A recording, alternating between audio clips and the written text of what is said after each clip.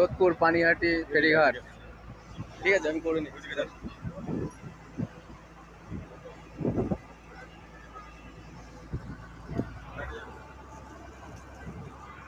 हाय हाय मेरा फ्रेंड।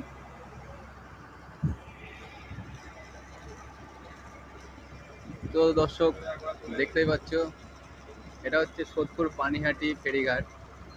আর এই সাইডটা দক্ষিণেশ্বর, এই রাইট সাইডটা।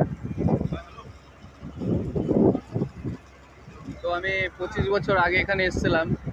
তো 25 বছর পরে আবার এখানে আসলাম। তখন ছোট ছিল অনেক।